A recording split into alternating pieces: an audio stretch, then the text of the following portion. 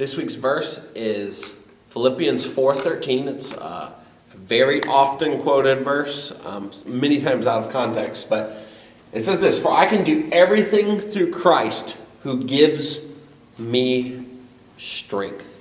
I can do everything through Christ who gives me strength. Or another verse that said, "I can do all things through Christ who gives me strength." Now, this verse again is written by the Apostle Paul, and it's to the Philippian Christians, and it's in a context where he's even talking about being content in all situations. That he explains, I've faced everything. I've faced having a lot of things, and I've faced having absolutely nothing. I've faced like great times with friends, and everything about life was safe and secure. But I've also faced moments where I've been out at sea and shipwrecked, and I've learned the value that, and in all situations, because I have Christ, I can be content. I'm okay because He is ultimately all that I need. See, the truth is that in all reality, you're going to face situations in life that feel like they are completely 100% over your head.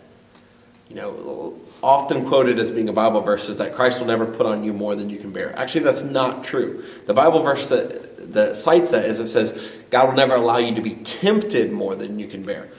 But often in life, we will encounter situations, in fact, probably for most of us, it almost feels like on a daily basis, like more is put on our life than we can handle. And the reason for that is because God is reminding us that we need Him, that we can't do this alone.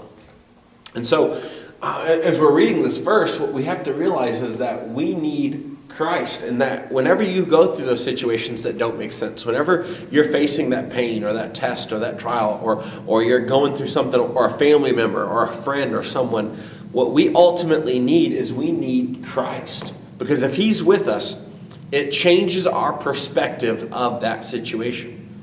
We're no longer alone. We're not abandoned. We're not forgotten.